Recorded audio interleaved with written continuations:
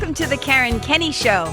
This is the place where we take a no bullshit look at life's little lessons. Here, together, we find the spiritual glory in even the most wicked hard story. This is a journey from fear back to love and how we can find our greatest strength and happiness in some of the most unlikely places.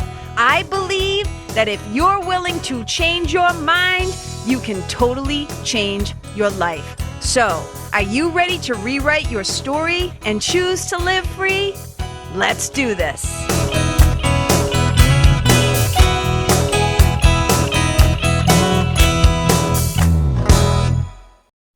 Hey, you guys, welcome to episode 57 of the Kenney Show. And as you can hear, well, let me say this. If you listened last week, you can probably tell that I sound way better, way better than I did, because that was not soothing last week. I had so many people writing to me like, holy Jesus, KK, you sound sick. I hope you're getting some rest, all that stuff. So I still have a tiny bit of a stuffed nose, a little bit of a cough, but I sound more like myself and I'm feeling so much better. So just thank you so much for all of your love and support. It means so much to me. This is episode 57 and the title of this sucker is Grief to Gratitude. Maybe it's moving from grief to gratitude or whatever, but pretty much I'm just going to call it Grief to Gratitude. And if you're watching this right now, instead of just listening behind me, you can see like this kind of musical studio set up because my sweetie, my husband, Chris Lester, who is a professional musician and who is completely out of work for the unforeseeable future because all musicians, like everything, even really big bands, their tours have been canceled. Local musicians, I'm keeping my fingers crossed for his show at the Hampton Beach Casino Ballroom in June. We'll see if that happens. But so his work has just been kind of like wiped out. So he did a live concert, the Hunker In The Bunker show the other night on Facebook, Friday night. And we're going to do it again this Friday night at 7 p.m. Eastern time. So rather than break down all the gear, and he's a multi-instrumentalist. So there's like a keyboard, a guitar, a bass, a mandolin, there's just like stuff all around me, behind me, if you can see it. So that's for the show, the Hunker In The Bunker show. So come join us, you guys, if you want to. It'll be on his Facebook Live page Friday. It's Chris Lester, Lester. Like the QR, S. You know what I'm saying? So you guys, so here's the deal. So, things have gone a little cuckoo. Things have gone a little kooky, the past month or so. And I've just been hearing from so many people, right? And I've just been listening. I've just been trying to really listen, really be as helpful as I can to be of service in some way. I mean, of course, I'm taking extra good care of my current clients, my spiritual mentoring clients. But I also have a lot of friends and people who listen to the podcast and people who send me direct messages and like stories and, whatever. So there's a lot of ways that I'm in contact with people. And I've just been hearing from a lot of people just kind of talking about, what they're feeling. And some people are just like, I don't even know what I'm feeling. I'm just so completely overwhelmed. And I've really been thinking a lot about this. I've been hearing lots of different stories from people, what this new kind of current reality, we'll call it that, that people are dealing with right now. And there's so much fear happening, about people's livelihoods, being decimated right now, people not being able to go to work, people who aren't able to go see their people, their families, some of their pets. Like I have friends who board their horses. They're not allowed to go see, their beloved animals. People aren't able to go to yoga or get to church. And like, there's just like, so people are just feeling, I think, completely overwhelmed. But one of the things that I was really tapping into, and this is where today's title came from, and I was talking about this the other night on Facebook, because one of the ways that I've been guided to try and, be helpful in some way is to do some Facebook Lives. Like back in the day, I used to do Facebook Lives like 3 times a week. And then as I've become busier, and then I was doing like Sunday spirituals and now the weekly podcast, I wasn't doing like lives as much, but, part of the divine assignment, as I say in A Course in Miracles, we're told that we each get an individual curriculum, and I sometimes call it the divine assignment. So I haven't just been like running around like just pumping out content, doing all these things. I've been really trying to be mindful, to not be adding to the noise and the static and the madness and the chatter. And so I've just been asking very specifically to my spiritual team for guidance.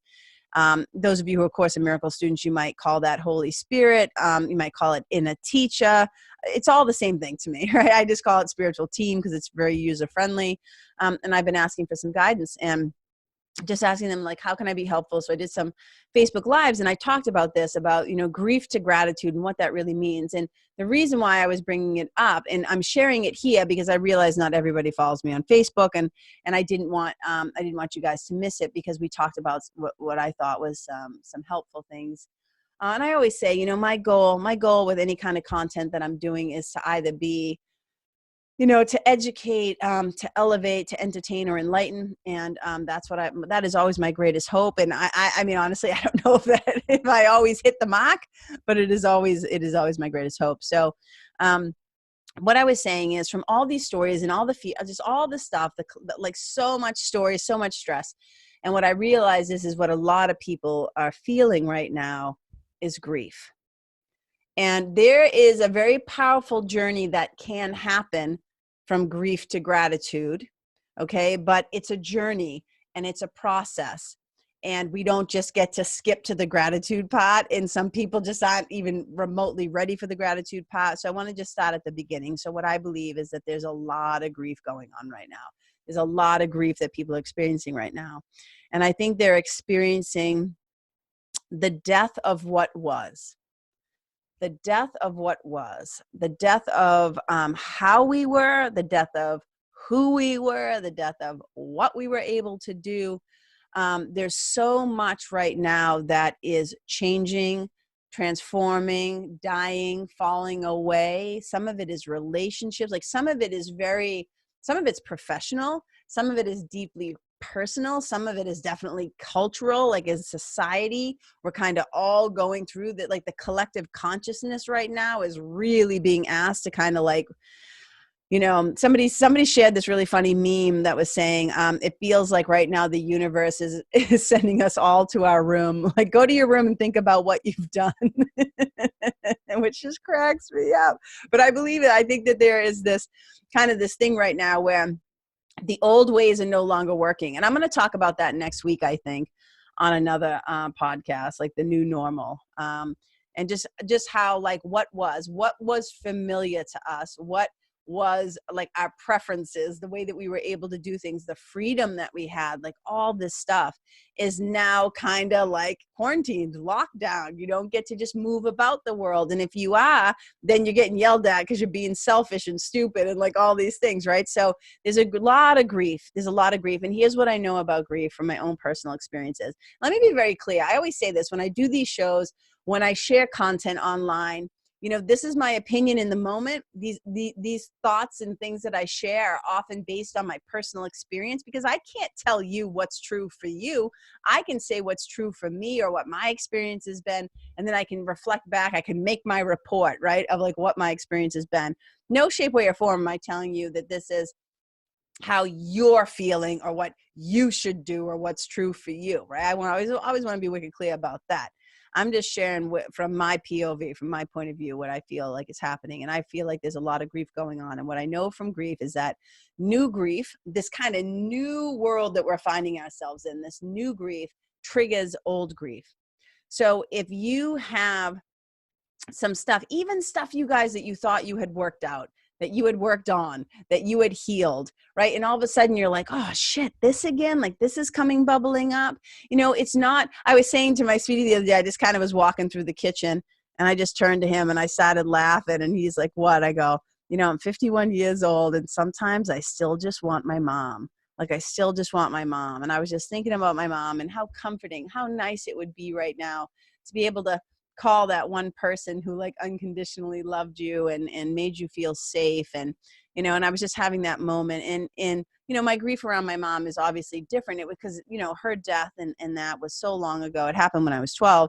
So I've had some time, I've had some time to work on some things, but I do still have I think it's that kind of like, they say that like moms, like their DNA gets in you, but as a baby, your DNA gets in them. So like you are forever linked, you're forever linked. And I just believe, I always say like death holds nothing on love, And so even though physically she's not here, there can still be kind of that longing for her physical presence, but her spirit is always with me. And I talk to her every day. So I do get to, I can quote unquote call her up and talk to her, but you guys feel what I'm saying, right?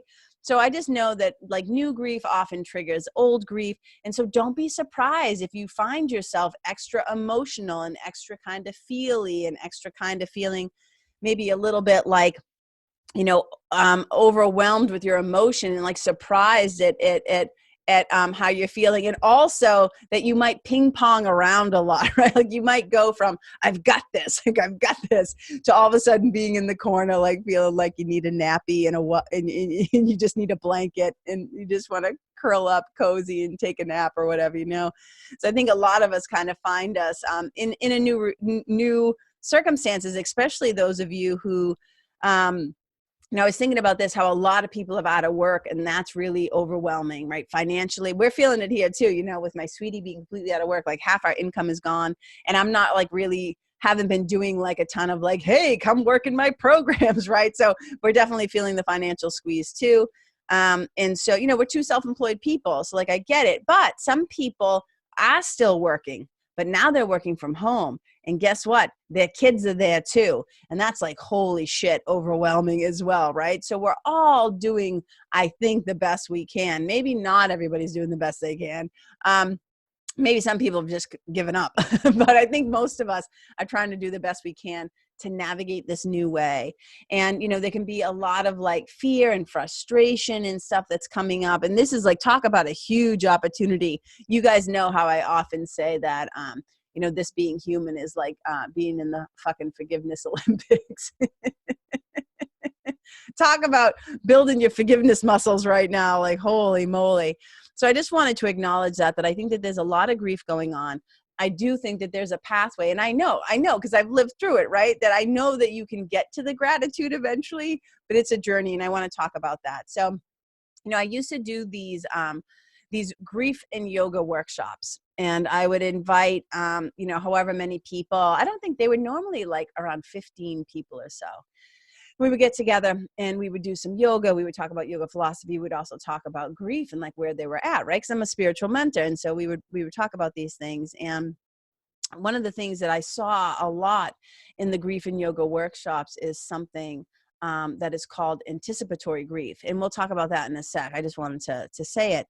So when I was much younger, when I first met Marianne Williamson, who some of you know who she is, some of you don't. She's a spiritual author and lecturer and thought leader. She recently, ran for president.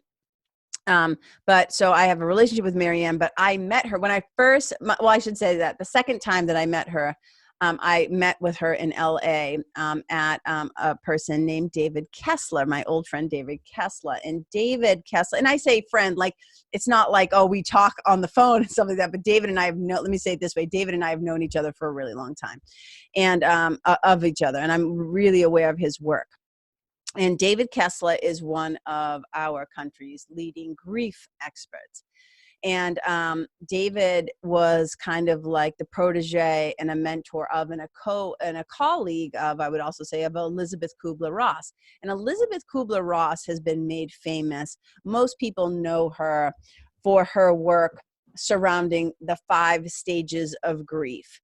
And many of you might know what they are, but those of you who don't, it's denial, anger, bargaining, depression, and then acceptance. But here's the thing about that, because Elizabeth Kubler-Ross gets a bad rap a lot of times. And I always am like, it's because she's misunderstood, because people on some level don't know what they're talking about. So I always like, whenever I have an opportunity to clarify things, I do it. And so when Elizabeth Kubler-Ross, her work with the dying, her work with grief, her original work where she came up with these 5 stages of grief, it was not for people who lost loved ones, right? Those of us who were still behind, people we loved died, and those are the stages of grief that we were going through. No. Her work around the 5 stages of grief was based on her work that she was doing with the dying, with people who were dying. And she was talking about everything from like their diagnosis, their prognosis, what was happening, and the stages that they would often move through. And it was never linear. It was never like, okay, this is exactly how your grief experience is going to go. It was more like her work with the dying. These are some of the things. But over time, it's been kind of construed like, oh, she was putting grief in a box and these are the stages. And so many people are like, I don't agree. And it's like, well, yeah, because you misunderstood what she was saying. But David worked with her a lot. And he recently just came out with a new book called The Sixth Stage of Grief. And it's called The Sixth Stage is Finding Meaning. Finding meaning. And that's really the gratitude piece. And we're going to kind of get to that in a minute. But here's what I know to be true too about, this spiritual work, this grief work, because that's what's happening right now, right?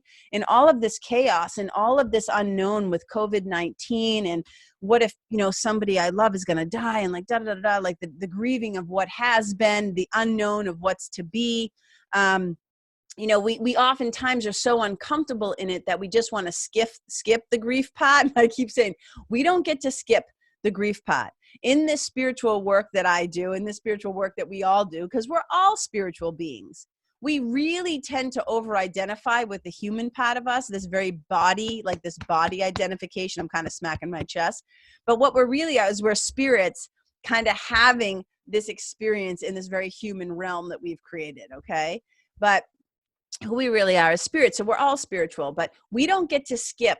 We don't get to spiritually bypass this uncomfy part. We don't just get to fast forward to May 4th, right? Or whatever the governor is, like lift the ban on connecting with others and stuff like that in person. We don't get to skip the grief part. There's no spiritual bypassing here. So we really have to allow ourselves to be in the grief right now. That is what's required of us, is that we take some time, and I've talked about this in so many different ways, but this is the time when we really have to slow down. Some of us are being forced to really slow down. Like I said, for some people, their work life continues, right? But now they're working at home in different circumstances. But for a lot of people, they have no work and everything is like slowed down for them. And it's like, okay, and this is a very powerful time, you guys. This is a very powerful time. So we need to slow down. We need to get real. We really need to take a look at ourselves. This is in 12-step programs, they talk about taking a fearless moral inventory. I'm like, this is a really powerful time to take a look in the soul mirror and to kind of take a look at, who you've been, how you've been, where you've been, what you've been. And is this something that I want to continue with moving forward? And we'll talk more about that next week. This is a time when we're really kind of facing ourselves and bumping up against ourselves and kind of feeling the effects of our choices. Right? We are the cause of our own experience and our own reality. And we are now collectively kind of feeling the effect of all of this.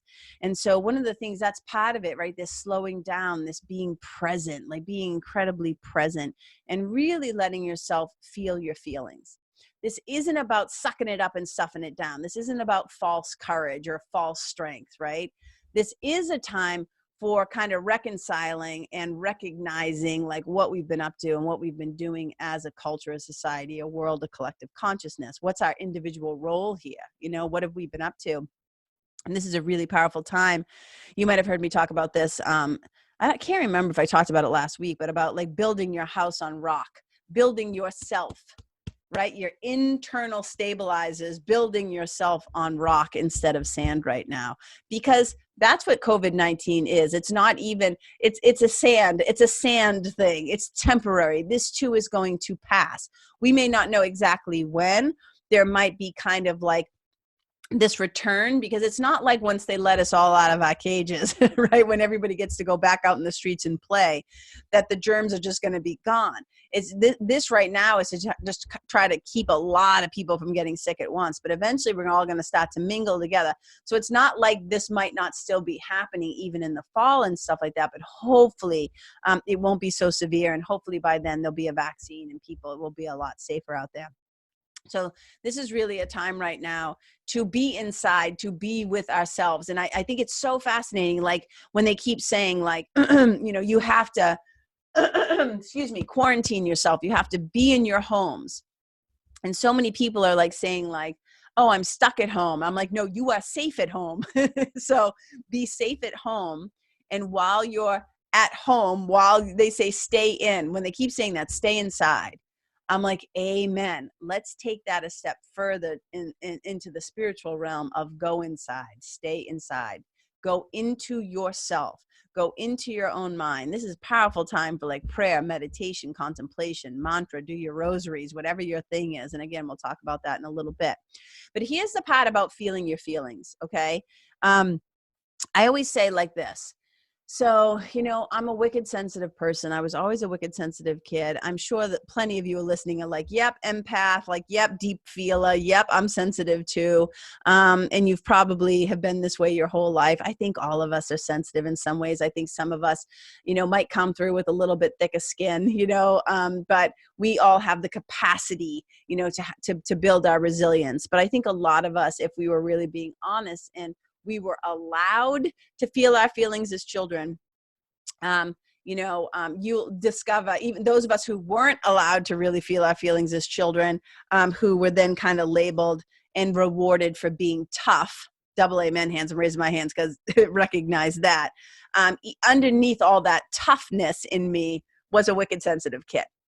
So I often talk about it like this. So being vegan, like I've been vegan for 18 years. I'm vegan for a lot of different reasons, mostly for animal well-being, animal rights. I just can't participate in the cruelty, the suffering, the abuse, the rape, the murder of animals. I just can't do it. And that's a whole story for another day. I'll do a whole show on why I'm vegan sometime. But here's the deal, is that if I just woke up in the morning and really let myself just sit and feel all the horror that is happening, not only to the animals of our world, but to the children. And let's just say it like this, the people who are considered helpless, voiceless, or more weak than others. And you can look at that like animals, children, the elderly, the sick, sometimes women. I don't think that, hear me when I say this, I'm just saying like physically often, not always, but often women are literally just biologically not as strong as men. That's what I'm saying. So if I were to just sit and let myself really think about what was happening. And so the other day I was like, okay, I felt this big wave of emotion coming up. And it was right before I was about to hop on a call that I was doing for a summit that I'm on, the Silver Lining Summit. And I had to do an interview or whatever. But right before I got on that, I just paused. Like I really sat down, because that's what I always do before I speak or do something, is I don't really overly prepare, but I do ask my spiritual team for insight. So I was like, first I get quiet and I sit, I just kind of feel into how I'm feeling. And in that moment, it was like this big wave of emotion came up. And I literally felt like I was talking about the other night, and I just felt like, the witch in the Wizard of Oz when when Dorothy like douses her with the water and she's like, oh, I'm melting. Like that's how I felt. I just felt like my whole spine and my whole body was like being compressed. I just felt myself just like, I literally just relaxed into it. And I just felt my whole body start to slump. And I was like, whoa, that was a big wave of grief. And I just knew myself. I'm like, okay, you don't have time. Like, so when it first came up, I didn't have time to deal with it because I had to go on that show. So I was like, voop, like put it on the shelf. And this is something that those of us who have to go out. So like I could say it like this, people who do live events, people who are performers of any kind, actors, musicians, people who are artists and who go out and speak in some way, there are going to be times when maybe things aren't going great in your life, your relationship, or you just got bad news right before you're about to go on stage or something happens. And you have to like, whoop, take your shit and put it on a shelf for a minute, right? You learn to be able to still show up and do your job and quote unquote be a professional, and just momentarily, like temporarily, I have to put this over here because I have to serve and I have a contract and I gave my word and I have to show up and be in service. Okay. So I was just kind of like, whoop, not right now. And I went and I did my the thing I was doing. I had to record an interview and then I had to record the thing. But afterwards I came back and I said, okay, you got to let yourself feel this, because this is what leads to sickness. This is what leads to dis-ease, right? This is what leads to disease if you don't let your body process its emotions and its feelings, and to be able to do it in a safe place, in a safe way. So I let myself feel it. And that's when I was having like the melting and I was just like, oh my God. And now here's the thing. I've been doing this work for many, many, many years. I don't say that to make myself special or cool or friggin' more spiritual, whatever, air quotes, whatever that means. I'm saying is that I have trained my mind over many, many, many, many years to be able to, and I'm not always successful at this, by the way, PS, not perfect, right? I'm able to like place my mind where I want to place it. So I don't suck it up and stuff it down anymore. That was something that my dad taught me, right? And I don't suck it up and stuff it down anymore. I feel my feelings, but I feel them deeply. Like I just let it like I cry every day. In fact, I made the mistake of watching a video of dogs being wicked excited to see their owners, and whether it's because they were hospitalized overseas, veterans, whatever the thing is. And I was like, while I was sitting here, like, setting up Zoom, it caught my eye and I started to watch it. And I was like crying. I'm like, get it together, KK. You got a podcast you got to record. So I was a little verklempt and teary-eyed right before this. So here's the thing. I'm like, I feel my feelings, but I don't allow myself to become completely overwhelmed by them, meaning like taken out at the knees and like just like sidelined. So I feel them very deeply. And then what I say is I don't build altars to my suffering. I don't set a plate at the table for it. I don't like pitch a tent in my backyard and say, come stay, or like, hey, use my guest room, right? I feel my feelings deeply. I let it move through me, but I don't build altars to my suffering to start worshiping at. That's not interesting to me. And the thing is that I'm able to remember more and more and more and more and more every day now, that because I've been doing it for so long, really, is that memory muscle is strong, is to that I am a child of God, that I know to whom I belong. I know where my strength comes from. It does not come from me, right? So I rely on a strength greater than mine. So I allow myself to have my very human experience, and then I get right back to the business of love. And it can be really, overwhelming right now, because I think about, if COVID-19 and the circumstances that have kind of evolved from this situation, they're affecting not just us humans, it's also affecting so many animals. And I just keep thinking about all the animals right now that are suffering. And here's a little side note that's fascinating. And let me be very clear. I'm not judging you. If you've watched that fucking documentary, what is it, Tiger King, I guess it is, and so many people are posting about it, and so many people are writing like, oh my God, what a shit show, is this for real? Like, oh my God, I just wasted 3 days watching all the episodes, I binged it, and da da da da da. And I just can't bring myself to watch it. I can't bring myself to watch it because I know the reality of guys like that, in situations like that, in zoos like that. Those animals, some of them who have been murdered to create more space for the cubs so he can do picture shoots, so he can make money. So I know that animals have suffered, animals have been murdered. They're being bred just for human consumption of like content and opportunity and money. It's just gross. The whole thing is gross to me. I'm not saying that it's not a fascinating story. And again, I'm not judging anybody who watched it. I'm just saying that I'm really aware right now, in this time of suffering, in this time of grief, that that's not stuff that I want to put into my mind. Because the next step of that, so part of spiritual work, right, you guys, is having discernment, right? Having discernment. And so many people are like, you're spiritual. You're not supposed to judge. You're not supposed to judge people. I'm like, no, it's not about having judgment. What yoga and all these other spiritual traditions have taught us, though, is to fucking think for ourselves and to have discernment and to be able to say, that is not from me. I don't like that. I don't agree with it. I'm not going to promote it. I'm not going to support it. You can have your own inner, your inner teacher, or your inner temperature, or your inner compass. And my compass does not point to that. And what I'm saying is, I knew that if I watched that show, I would also contribute to my own suffering. And here's the thing about discernment, and especially when it comes to those who are in that category of voiceless, helpless, need protection, weaker, whatever the thing is. The step beyond that movie that nobody's really talking about is that that guy is in jail. That zoo, although it has been kept open, from my understanding, from what I've read, from the little research I've done and I've heard, is that the guy who's still running that, there's not really people coming in. So there's really not that much money coming in. And most of those animals are probably going to starve to death. And that is fucking horrifying to me, right? It is horrifying to me.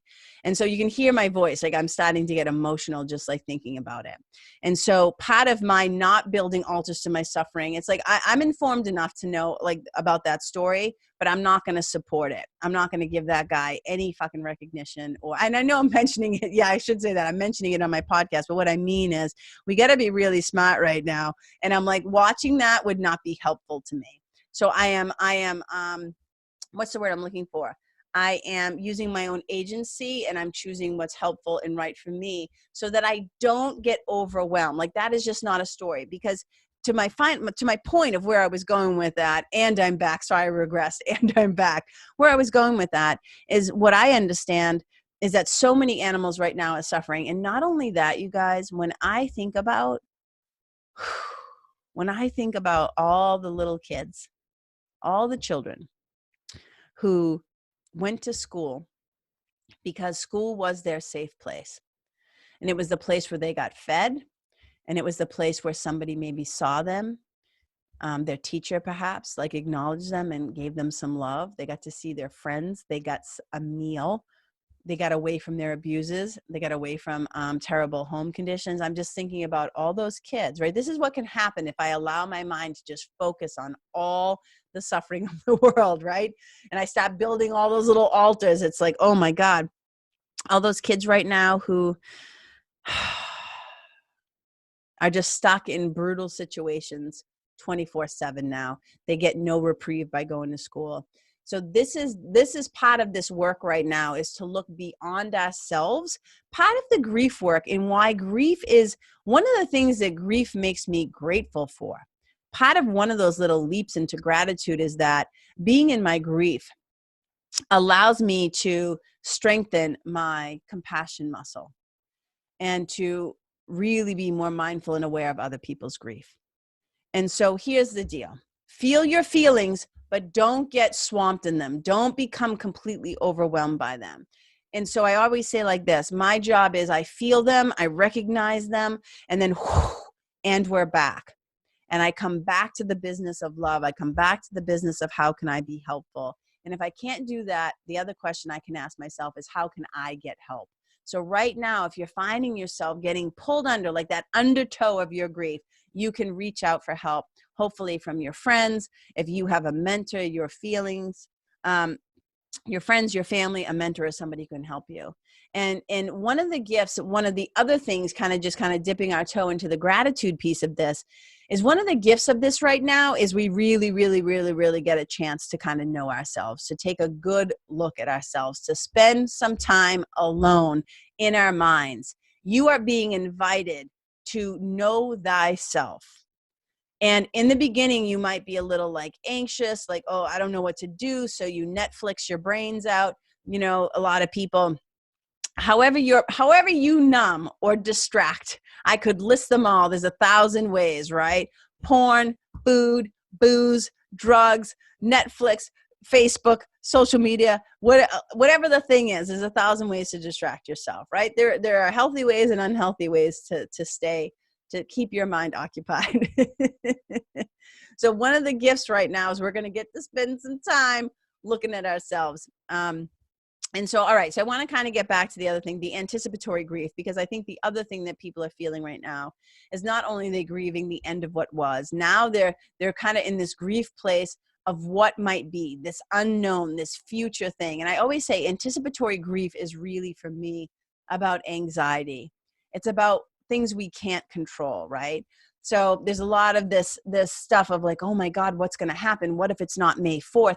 When is this going to end? And I was kind of using the example of, you know, if I'm doing a wicked hard workout, right? And I'm getting my ass kicked and I'm just like, oh my God, like if you're doing like, whether it's you're running a certain number of miles, like, oh, I'm running 3 miles, or I know I have 10 reps left, or this class is 45 minutes, or whatever the thing is, right?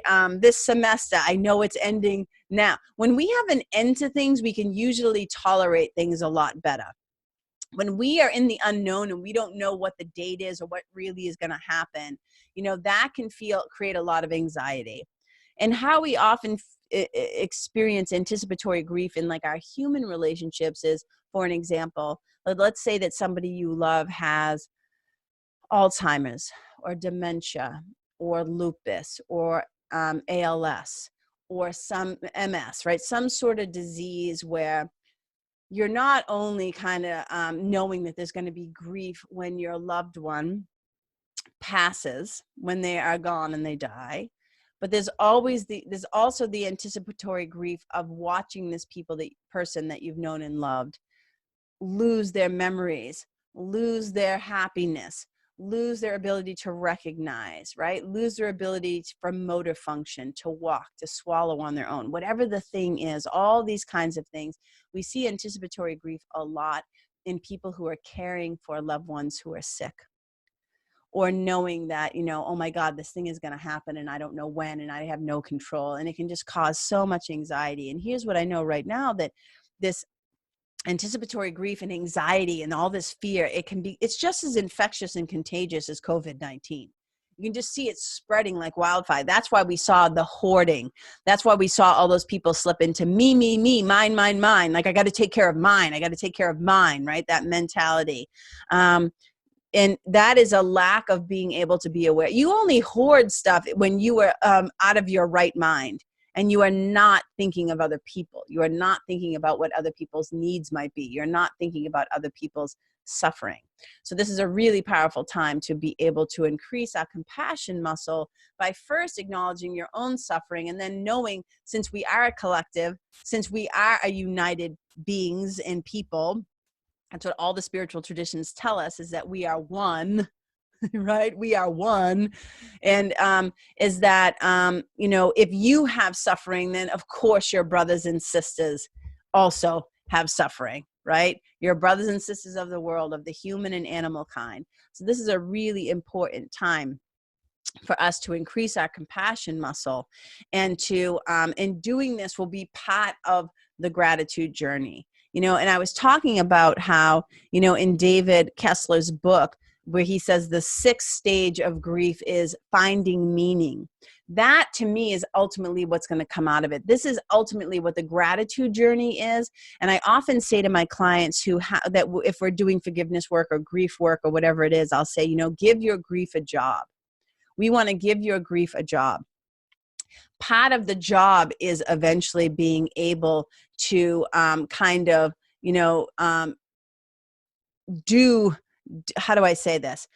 Part of the job eventually is to sit down with yourself and say, I may not have liked this. I didn't understand it. It pissed me off. It crippled me for a little bit. I was horrified. I was heartbroken. But what? It was like from last week's podcast, right? Last week's podcast, when I talked about moving from the why. Why? Why is this happening? Why is this happening to me?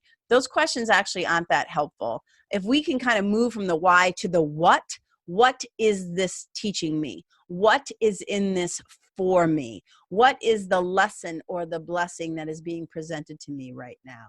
And that's kind of the work here. And this is how we also kind of eventually make that journey from grief to gratitude. Because when we get to the gratitude and we start to find some meaning, we start to find that what this experience held for me. As Joseph Campbell says, you've heard me say it before, the dark cave that you fear to enter holds the treasure that you seek. It's paraphrase of his work, but that's one of the things that he's saying. So right now we are in this dark cave and we're kind of freaking out. So I'm kind of like, hey, let's turn on some lights, right? Let's find the light workers, the healers, the spiritual teachers. And right now there's a lot of static and noise out there because everybody is coming online. Like everybody is trying to be helpful or make a buck or put their thing out there, and it's gotten a lot noisier lately. It can be a little overwhelming. So what I'm saying to my closest people is, there have been people all along that you've trusted. There have been spiritual leaders, spiritual teachers. There have been whoever it is that you've been following as a source of insight, comfort, advice, teaching you to trust your own intuition, those teachers, right? Keep following them. You don't have to go crazy and consume everybody's content.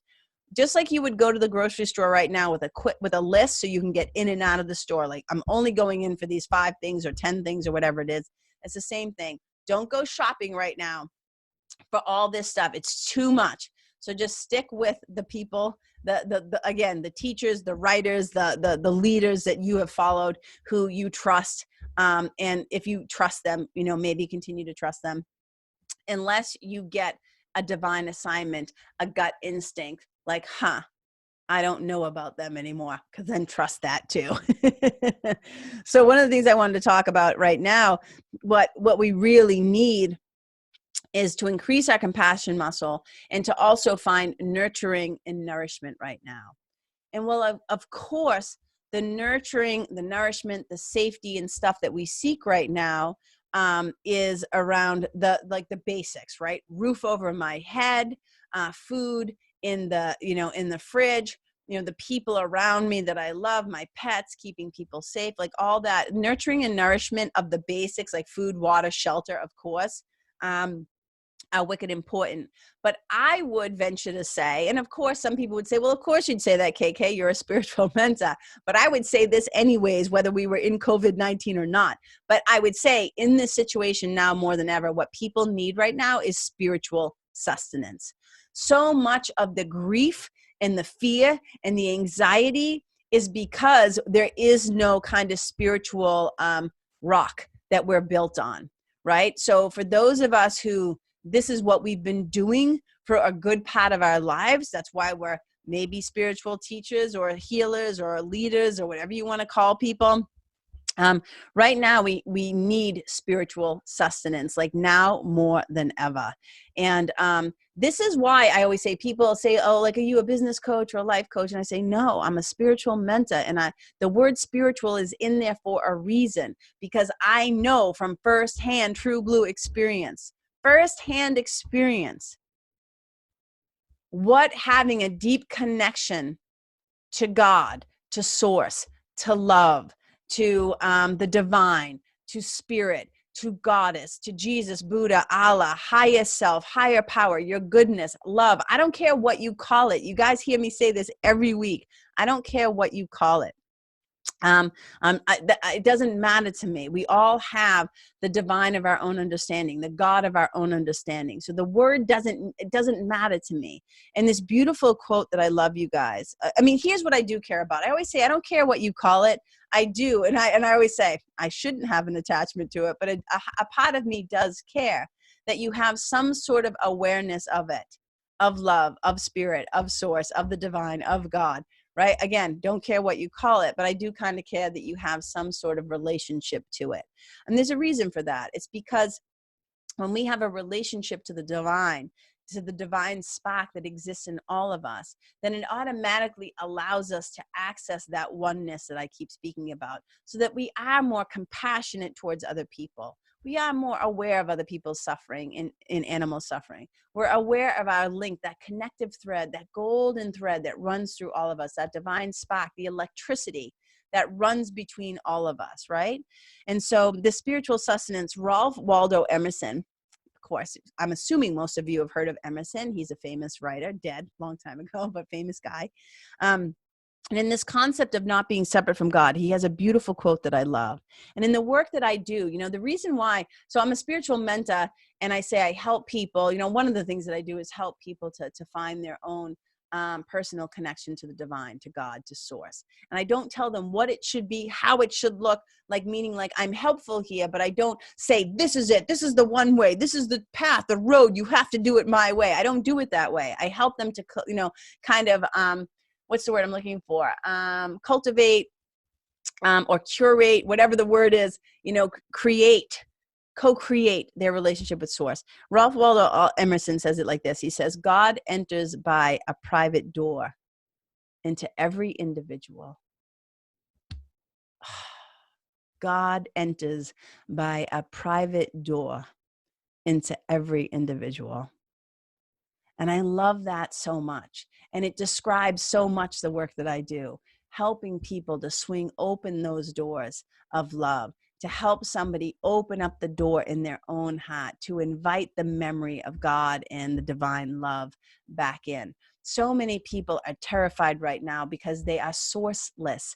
So many people are terrified right now because they think their sustenance is just coming from food and water, which to the body it is, but to the spirit, that's what it is. It's like there's a spiritual amnesia that's happening right now. And people don't know how to navigate this. They're like, holy shit, they're just freaking out and trying to rely on their own strength. And in the Course in Miracles, it says, if you're trying to rely on your own strength, you have every reason to feel scared, anxious, and fearful and worried. So we have to build our house on rock, right? You know, we have to build our house on rock. And here's the thing, when we start to swing open the doors of love, because we will get to the other side of this thing, you guys, and we want to go with as much love into this new normal as we can. And this is this journey as we start to swing open the doors of love and we start to recognize the private door that God enters into us, right? When we start to recognize that, that is how we are going to find some meaning from all of this. This is how you're going to find even more of your divine assignment, your individual curriculum, and your purpose. This is the journey of moving from grief to gratitude. And I love that. God enters by a private door into every individual. And so much of the work that I do is this work, all right, is recognizing the spiritual meaning in your own life, knowing who you really are, knowing to whom you belong. And if you start to build your life on that, there is nothing that can take you out. And there's so many tools that you can use. You know, when I talk about meditation, and so many people are like, oh my God, I have such a hard time sitting still. And I'm like, because you're up in the choppy water of your mind. You know, have you ever been out on the ocean when the sea has been very rough, or you've been watching it from the shore and you just see all the white caps and it's aggressive and it's agitated, right? That's like your mind. But here's what we know. If you've ever been in the water when it's been rough, down beneath in the sea, in the ocean, if you dive deep enough, it becomes still. It doesn't matter how huge the waves are up on top. It doesn't matter how choppy and agitated and white cappy it is. Underneath all that, there is a stillness and a calm and a peace like you have never known, a quietness. And that's the gift of spirit. It's from that place. And in the Course in Miracles, it says, you know, the voice for God, the memory of God, and the memory of God's love, it comes to the quiet mind. And so we have all these tools that we can access. And that's part of the work that I do. It's called fearless flow. It's in the process I use is called, your story to your glory. And it's this revising of the story that we're all in right now, because this is going to be another story that eventually we're going to tell. And we're either going to come out of this as victims, or we're going to come out of this in the knowing of who we are. In this time when we are in the cocoon, we're like these little caterpillars who have been forced into the cocoon. We're being broken down. For those of you who don't know, caterpillars go into the cocoon and then they literally turn into like primordial soup. They just kind of like break down. And then somehow magically through divine alchemy, they come out the other side as a beautiful butterfly. And so right now we're like in the soup, but this is when we're doing the work. This is when we are being broken down and asking ourselves, how do I want to reemerge from this? This is the transformation of your story to your glory. The glory in this is going to be the meaning that you're going to find in all of this time is that your suffering wasn't for nothing. Your suffering wasn't for nothing. And your grief is just here to remind you, eventually, the grief is part of your humanity. It's reminding you of that. But it's an opportunity to remember your divinity and to know that this too shall pass, and this too shall have purpose. And it's an opportunity to see how we're all connected. And so the one thing I keep asking myself in this time, because right now, right, like so much, like, and I've been talking to people, I'm very transparent. You guys know that, and people have said like, you still working? And I said, well, I have some current clients. Like my sweetie's completely out of work, except for as you can see behind me again, the at-home shows, Hunker In The Bunker shows he's doing once a week to just try and generate some creative content for himself. It's so good for him to play. It is so good for him to share his gifts with people. And the money is just like, icing on the cake. It's cherry on the top. But the ability to share his gifts and to bring some light and some love and some music and some joy into people's life right now, it's just as good for him. He doesn't really, I don't think he listens to my podcast, but it's just as good for him as it is for the people who get to listen and to receive his gifts. And so people are like, are you still working? And I'm like, well, yeah, I work from home, and I have a handful of clients right now that I'm trying to, really serve in a deep, I mean, I always do, but just being extra mindful, because everybody's going through some stuff right now, and be helpful. But I said, it hasn't felt like amazing to just be like, yeah, what's my response to this going to be? I never love to create content of any kind. I don't like to create programs or offerings or anything out of fear, scarcity, desperation. I only do it if I feel called to do it. I only do it if I feel called to do it. And if you guys have been listening to the show long enough, you know that I have that prayer. I have my own daily spiritual practice. I've been doing it for, over, I don't know, Jesus Christ, how old am I now? So at least 26, 27 years or whatever. And it always consists of this prayer, which is adapted from A Course in Miracles, which is, you've heard me say it before, but I'll say it again. Every morning I ask my spiritual team, because I don't make decisions by myself anymore. I am smart enough to know that we don't want KK driving the bus by herself. So I always ask my inner teacher, I ask my spiritual team, please have me go where you would have me go. Have me do what you would have me do. Have me say what you would have me say. And to whom, please use me. And now more than ever, I've been asking them, how can I be helpful? How can I be helpful? And I just listen deeply, deeply for my instructions. And sometimes the instruction is like last week, the instruction was, do a Sunday spiritual. And that felt really good. And I did that. Other days, the instructions have been, you don't need to do anything, meaning you don't need to do anything public right now. Like I don't have to push out any content or do anything. Like today is, you got to rest, you got to rest. And rest doesn't mean I'm not doing shit, because I am, but it means I don't have to be like outwardly out there right now. Sometimes the instruction is, hey, do a Facebook Live, share something, check in on people, see how they're doing. Because, there's a lot going on behind the scenes too. I'm checking up on people I love. I'm reaching out. I'm boxing with my clients. There's always something going on. But I don't just create things and put things out there unless I feel like there is a purpose to them, if I feel guided to do it. And so I listen deeply for my instructions, and then I try to have the courage to follow through on them. And so, in A Course in Miracles, we say the other ways that I can be helpful at home is to keep my mind right, like now more than ever.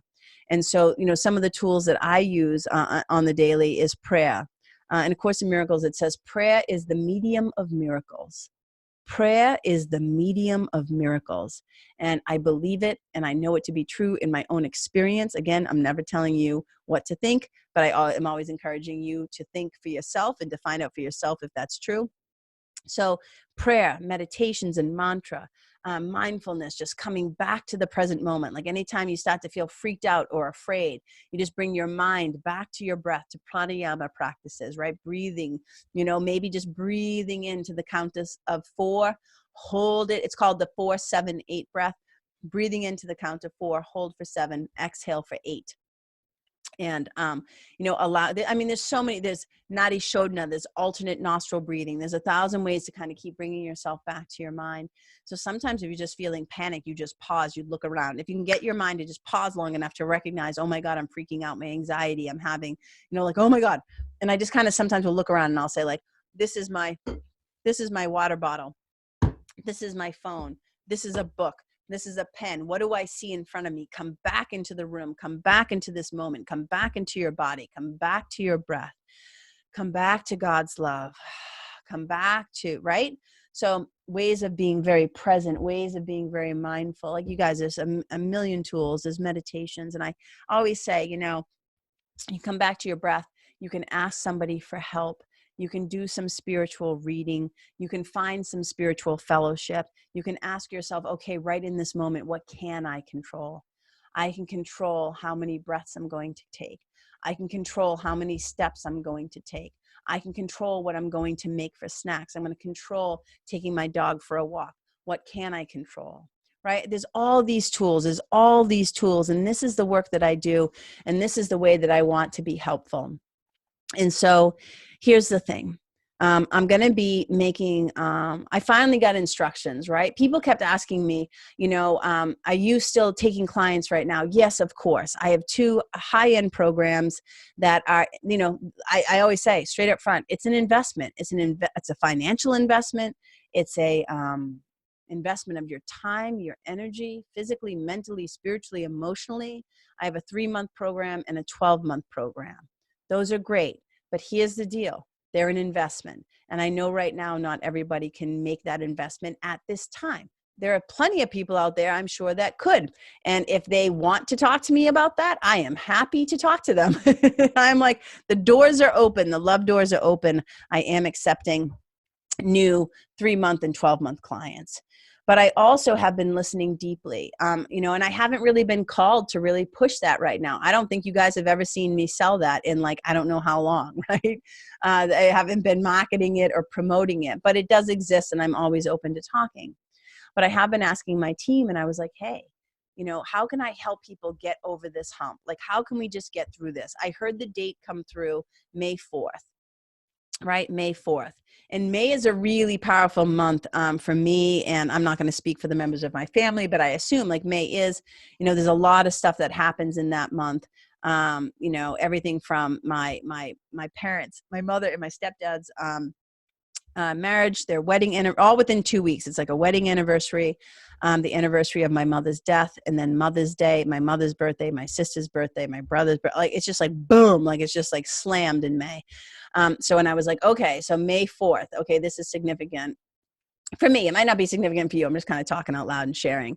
So I was like, okay, May 4th. So from now until like May 4th, like how can KK be helpful? If there are people who need support, if there are people who've maybe been curious about getting some help or wanting a new perspective or wanting to feel more spiritually grounded, they want to start to build their house on rock, not on sand. And so I said to my spiritual team, what should I do? And for the past 3 weeks, it's been like, do a Facebook Live, do this, do that. But recently they said to me, how about you do a month-long program? And I was like, oh, interesting. So you don't need to know the process of, my spiritual team, it's more kind of like, I call it like, people are like, is it like a voice? And I'm like, it's more like thought impressions. That's all I can say right now. It's like word impressions. And we can talk about that another time. So I'm just wanting to let you guys know. So this is something that I have been called to do. And I'm going to tell you a little bit about why too. So here's what I know. Is that this grief to gratitude process that I've been talking about, it's going to take a little time. That's just the reality. It's not, some of us are going to make that journey very much faster. And there's a reason for that. And I'll talk about that in a sec. But for most people, they might not be feeling a ton of gratitude right now. But I know that it's possible. I know we can move from grief to gratitude. I know because I did it with my own mother's death. I've done it in so many situations in my life where I was able to deeply feel my feelings and then to kind of like go into that dark cave and look for that treasure, look for the gift, and come out the other side and say, oh, what was this about for me? What was here for me? Because I know that I wouldn't be who I am today without all that suffering and grief. I just wouldn't be. It's like being put in the kiln, right? I think that's the right word. When you're put into the fire and then you can be shaped. And I often say that, like, I want to be like clay in God's hands. I want my experience here to shape me and to mold me into the truest and most authentic and loving version of myself. But it's going to take a little time. But what I often say is this: some of us are going to go first. It's just the nature of our age, our assignment that we were given, the experiences that we had. Some of us are going to go first and some of us are going to jump ahead. It's just the way it's going to go. And some of us have been trained for this very time. Like, I really feel like, Clarissa Pinkola essays, Dr. Clarissa Pinkola essay. She has a beautiful essay called "We Were Made for These Times." And I feel like I have been made for these times. I feel like that I have been training for this my whole entire life. And so I think about it like this: if you happen through your life's experience, your training, your skills, whatever the thing is, you get some helpful information. I call it like, if you get on the elevator and you take the elevator to a higher floor, you don't just park that car up there. You send that elevator car back down. You send the elevator back down, because there are people who are coming up behind you who need it, right? They need the resource. They need the information. They need the guidance. They need the support, the love, the help, whatever it is, okay? So this thing that I'm about to talk about is my way of trying to send a more affordable, let's say it like that, elevator back down. And there's a story that I always think of. One of my clients, one of my students once sent me this beautiful image, and it was an image of like the top of a wall, of a high wall, and a hand reaching down, like feet standing on the wall and then a hand reaching down. And it was this whole parable about how there was a village and it was surrounded by this huge wall, and they were running out of resources and people were starting to almost die. They did not have the nurturing and the nourishment that they needed. They did not have the things that they needed. And everybody was like just trying to get over the wall by themselves. And nobody was tall enough. Nobody could get up there. They couldn't figure it out.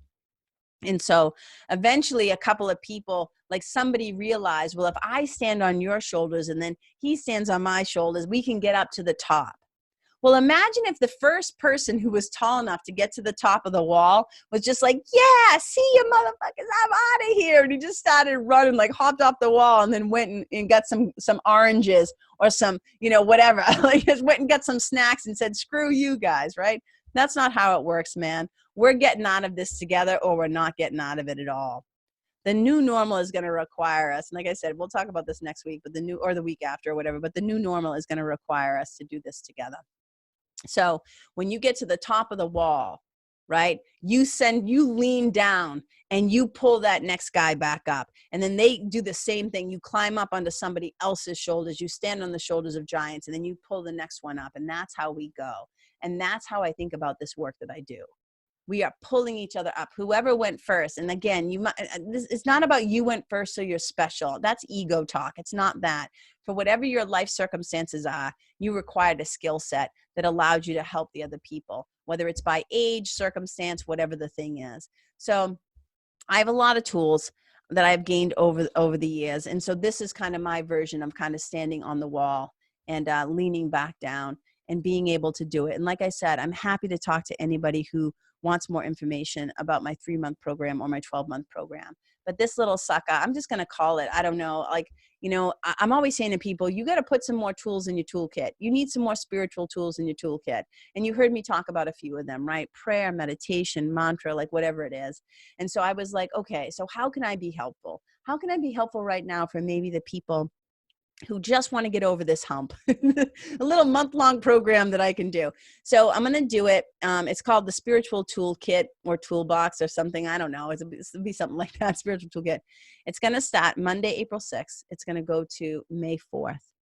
I'm going to keep it really small and intimate. I'm going to talk like 10 people, like around 10 people, just keep it really small.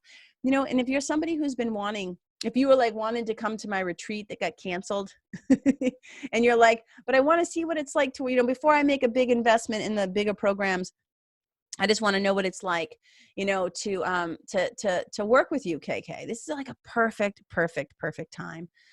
Just meaning like, a perfect chance, I would say, to get a feel for what it's like to do the deeper work too, right?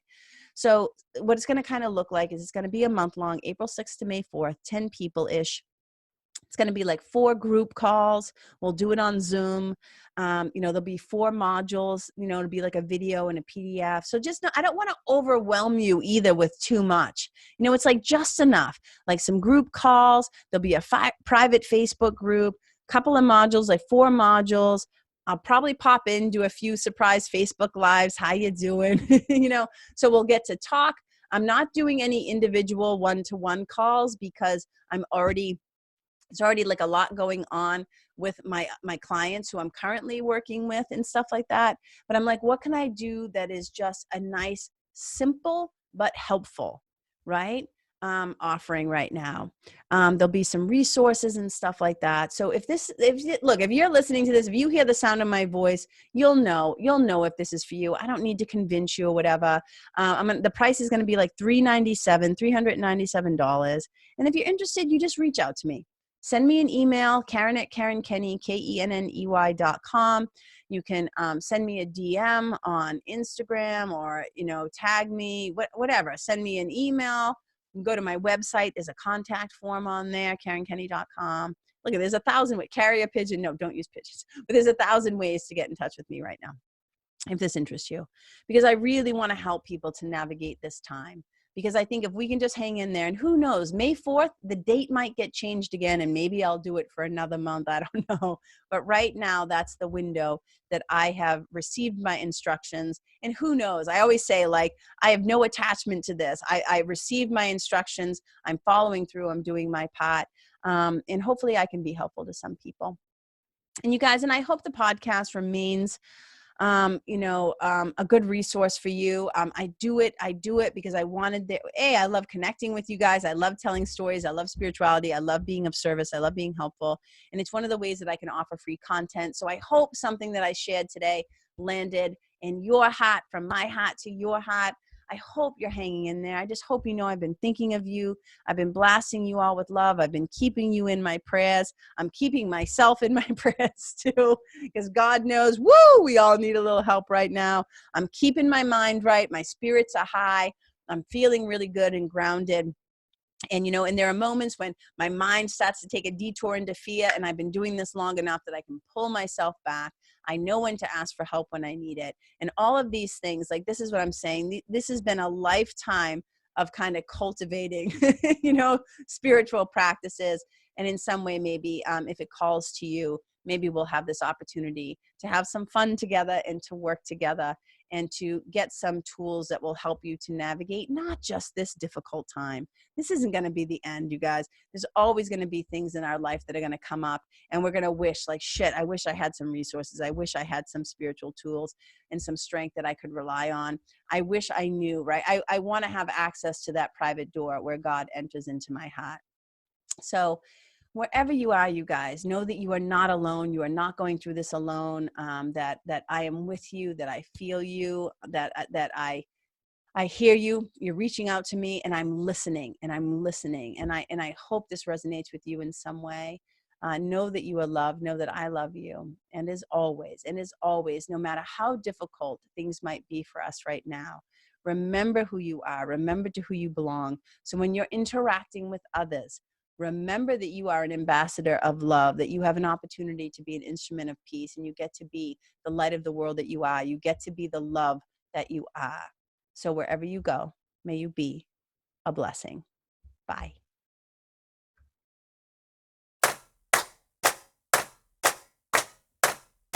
Hey, you guys, thank you so much for tuning in to this episode of The Karen Kenney Show. I super duper appreciate your time, friendship, and support. And look, if something that I shared from my heart today somehow landed in yours, I'd love to hear about it. So please tag me on Facebook or Instagram or IG stories or wherever the cool kids are hanging out these days, and let me know what your favorite part was or what you found most helpful. You can find me over at Karen Kenney Live. That's Karen, KenneYlive.